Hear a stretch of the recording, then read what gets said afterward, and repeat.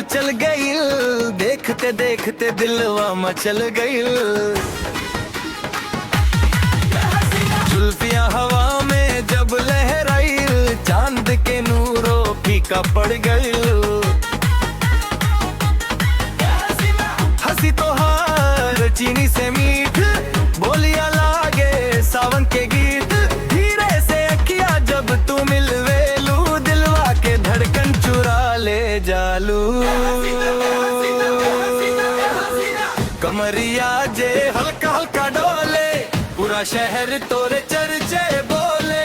तोहरे पीछे पागल जवानी, तू लागे सबसे न्यारी रानी। कान के झुमका चम चम बोले, पायलिया संग कदम डोले। सादा सिंगार में गजब लगेलू, देख के सबके होश उड़ा देलू। न सोना चाही न चांदी चाही, बस तो हर साथ जिंदगी भर चाही। रब से बस इतने अरदास रहे हमेशा अपना ही साथ।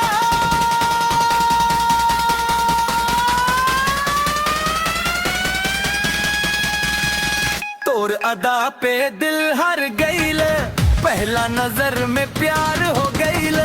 तोर मुस्कान बनल पहचान, तू ही बादल के अरमान।